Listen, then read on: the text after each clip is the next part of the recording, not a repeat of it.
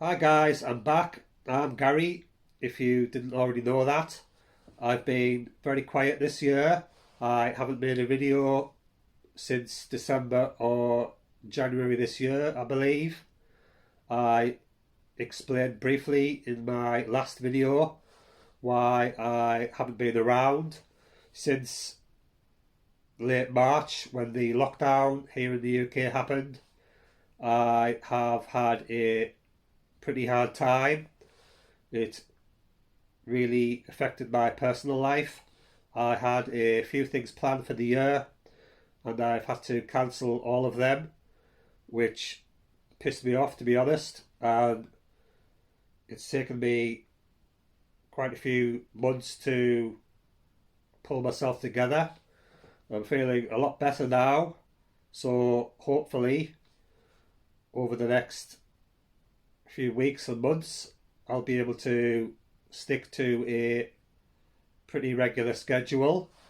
I have been drinking whiskey all along, and I have been watching my favourite whiskey YouTubers on YouTube over the past few months. I've picked up a few bottles over the past few months.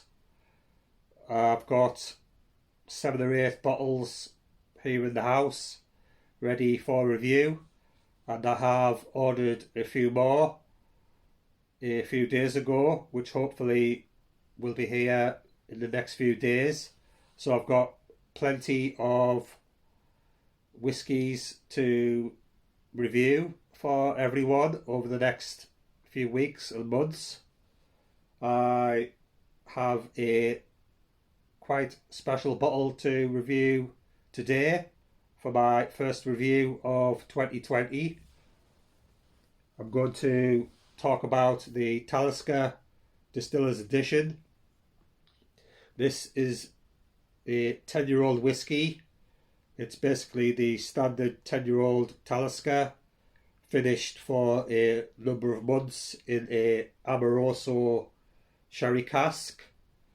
This particular bottle was distilled in 2007. It was bottled in 2017.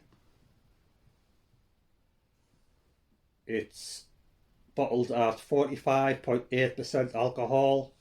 It's chill filtered and it also has some added colouring, unfortunately.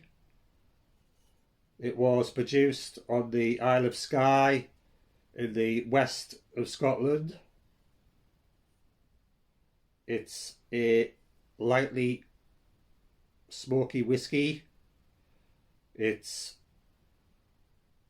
a little bit different from the standard 10-year-old. As I said, this was finished in an Amoroso sherry cask.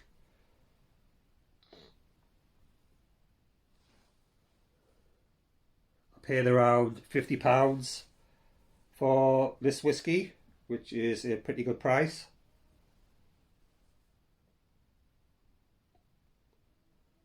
The colour is quite dark, but as I say, it does have some added colouring.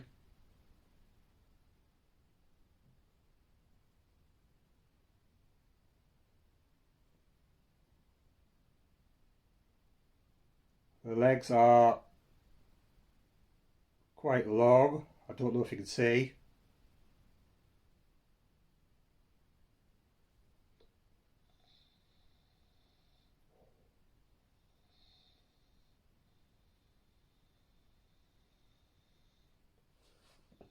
On the nose I get fruits,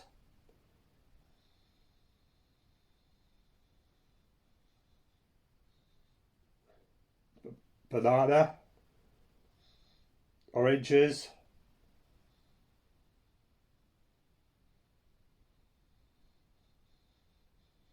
brown sugar,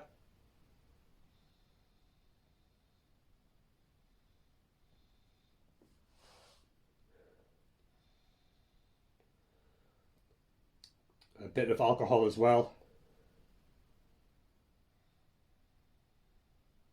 I'm not picking up any peat smoke, to be honest. It has been open for a couple of months now. I have nearly finished the bottle, but I want to save some to review. It's been open for a good couple of months.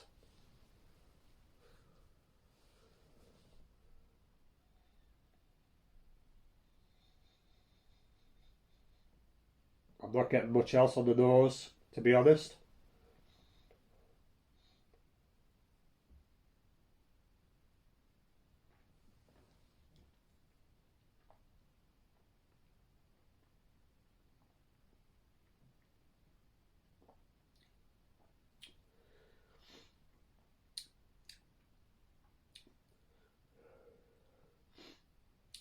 On the taste, I get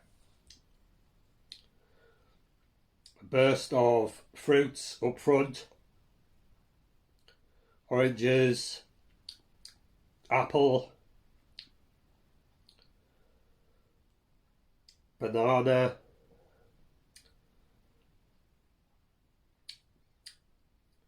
in the mid palate I get some brown sugar, a bit of an alcohol kick as well. It's quite prickly, a bit spicy, peppery, and at the back it's slightly creamy, and I get just a hint of peat smoke. It's incredibly light. It's faded quite a bit over the past few weeks. It's quite a dry finish as well. I'll have another sip.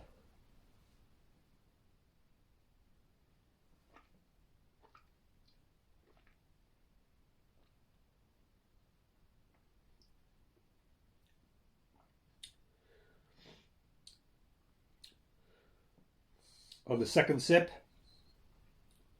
again I get a lot of fruits up front, oranges,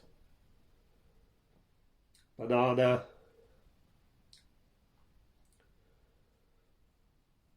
some vanilla, brown sugar. It's a little hot as well in the mid palate. Quite strong. And at the back I get some creamy butteriness and a whiff of peat smoke. The finish is short, very dry, gone now.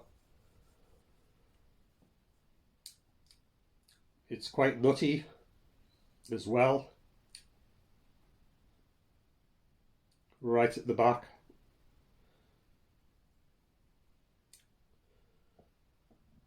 It's a nice whiskey.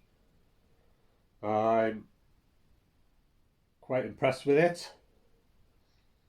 It's a little bit thin in the mouthfeel. That's probably because it's chill filtered.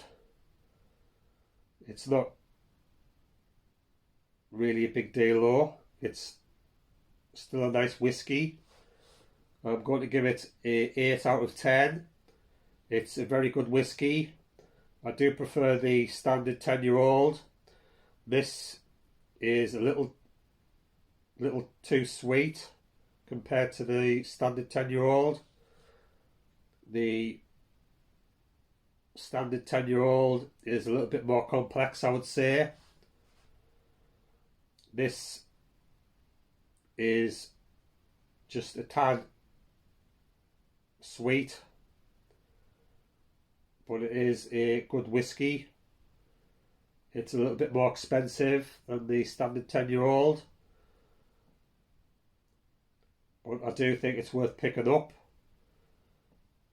But I will probably just get the standard 10-year-old next time instead of this one. It's well worth picking up though, I would say. A very nice whiskey. Okay, I hope you enjoyed my review. I will be back in a few days, hopefully, with another review.